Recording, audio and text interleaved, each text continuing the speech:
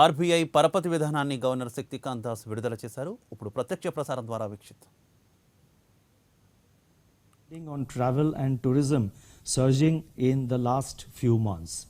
Other indicators like railway freight traffic, port cargo, GST receipts, toll collections, petroleum consumption and air passenger traffic have also picked up in October-November.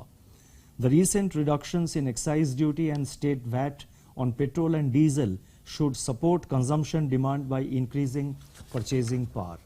Government consumption is also picking up from August, providing support to aggregate demand. Enabling conditions for revival of investment activity are also falling into place.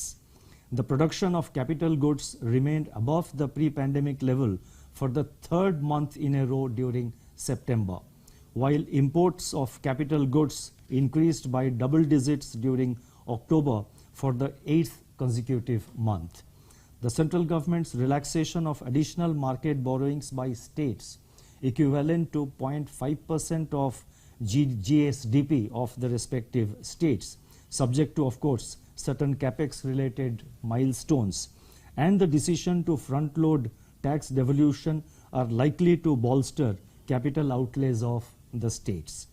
The government's focus on capex should also crowd in private investment, which has remained in a prolonged state of muted activity. Further, there has been significant deleveraging of corporate balance sheets amidst congenial monetary and financial conditions engendered by the Reserve Bank of India's liquidity measures. Overall, the recovery that had been interrupted by the second wave of the pandemic is gaining traction, but it is not yet strong enough to be self-sustaining and durable. This underscores the vital importance of continued policy support. Downside risks to outlook have risen with the emergence of Omicron and renewed surges of COVID-19 infections in a number of countries. Besides, notwithstanding some recent corrections, headwinds continue to be posed by elevated international energy and commodity prices, potential volatility in global financial markets due to a faster normalization of monetary policy in advanced economies, and prolonged global supply bottlenecks. Considering all these factors, the projection for real GDP growth is retained at 9.5% in 21-22, consisting of 6.6% in Q3 and 6% in Q4 of 21-22.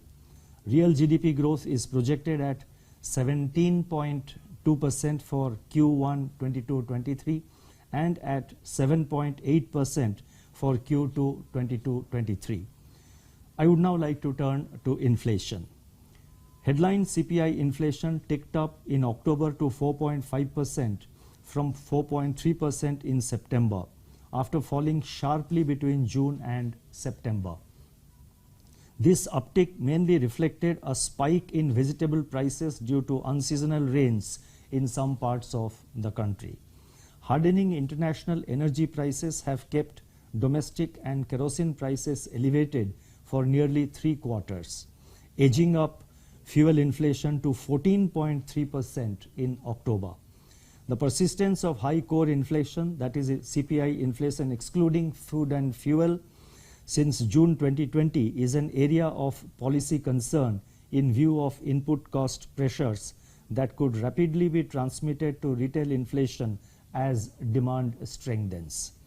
In this context, the reduction of excise duty and VAT on petrol and diesel will bring about a durable reduction in inflation by way of direct effects as well as indirect effects operating through fuel and transportation costs. The inflation trajectory is therefore likely to be in line with our earlier projections, and price pressures may persist in the immediate term. Vegetable prices are expected to see a seasonal correction with winter arrivals in view of bright prospects for the Rabi crop. Supply-side interventions by the government have limited the fallout of continuing high international edible oil prices on domestic prices. I'm talking about edible prices. The measures taken by government have actually sort of limited the impact of rising international prices on our domestic prices.